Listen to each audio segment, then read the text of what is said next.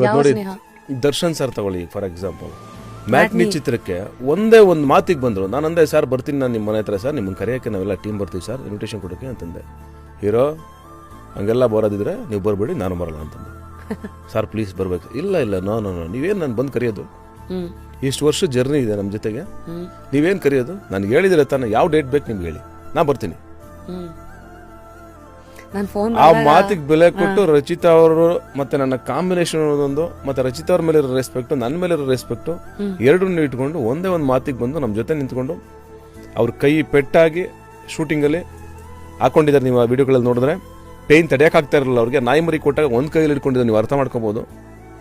ಅದಾದ್ಮೇಲೆ ಏನಾಯಿತು ಇನ್ಸಿಡೆಂಟು, ಅಲ್ಲಿಂದ ಹೋಗ್ಬೇಕಾದ್ರೆ ಅವರು ಯಾರೋ ಅಭಿಮಾನಿ ಕೈ ಎಳೆದ್ಬಿಟ್ಟಿದ್ದಾರೆ, ಫುಲ್ ಪೇಯ್ನ್ ಆಗಿದೆ. ಅಲ್ಲಿಂದ ಮದುವೆಗೆ ಹೋಗ್ಬೇಕು ಅವರು, ಒಂದೇ ಒಂದು ಚೂರು ಬೇಜಾರು ಮಾಡ್ಕೊಂಡಿಲ್ಲ, ಇಂಜೆಕ್ಷನ್ ಮಾಡಿಸ್ಕೊಂಡು ಹಾಸ್ಪಿಟ್ಲಿಗೆ ಹೋಗಿ ಅಲ್ಲಿಂದ ಮದುವೆಗೆ ಹೋಗಿದ್ದಾರೆ. ಅಂದರೆ ನಾನು ಫೋನ್